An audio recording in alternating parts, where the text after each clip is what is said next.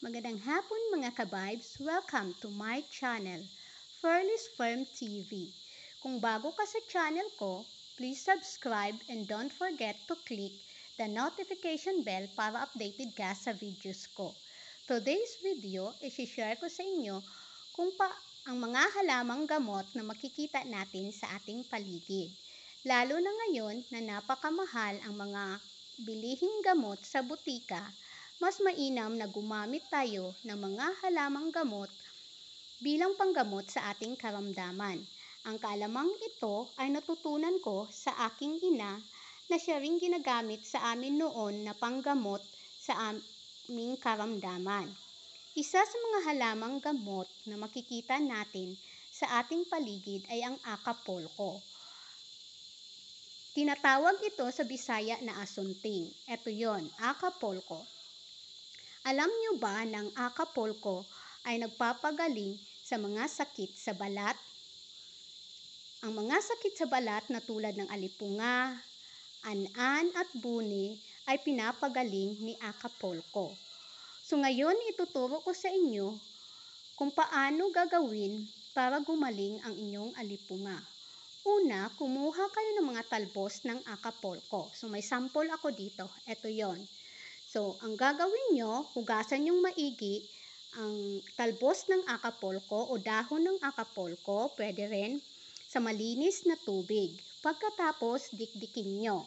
So, may sample ako dito ng dinikdik na Acapulco. Ayan. Siguraduhin lamang ng ginamit yung pandikdik ay malinis. Ang ginamit ko dito ay martilyo. So, hinugasan ko muna yung martilyo bago ko to dinikdik. Nang madikdik nyo na, kunin yung katas. So, pigaan nyo yung dinikdik na Acapulco, tulad nito. Ayan. Yan.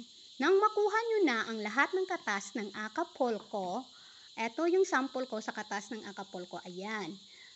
Pag nakuha nyo na ang katas ng Acapulco, hugasan nyo yung apektadong bahagi o yung paan nyo ng malinis na tubig, sabunan at banlawan ng malinis na tubig. Tapos, punasan nyo ng malinis na pampunas.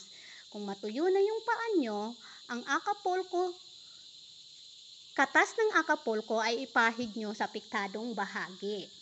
Gawin ito 2 beses maghapon. Isa sa umaga at isa sa gabi. So, ngayon naman, tutulungan kayo ni Acapulco na pagalingin yung buni o yung ringworm na tinatawag sa Ingles. Ang ringworm ay hugis bilog na yung gilid ay namumula at makati.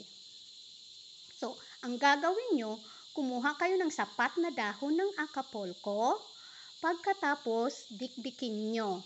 Nang madikdik nyo na ang dahon ng Acapulco, ipahid nyo sa inyong buni. Gawin ito 2 beses maghapon o kaya'y paulit-ulit hanggang sa gumaling yung buni. Ang pangatlong pinapagaling ni Acapulco ay ang an-an o yung tinatawag sa Ingles na Taenia flava. Ang gagawin nyo, kumuha ulit kayo ng Acapulco leaves at dikdikin. Siguraduhin lagi na yung ginamit nyong pandikdik ay malinis at nahugasan nyong maigi sa malinis na tubig ang dahon. Nang madikdik nyo na ang an-an, ipahid nyo sa apektadong bahagi.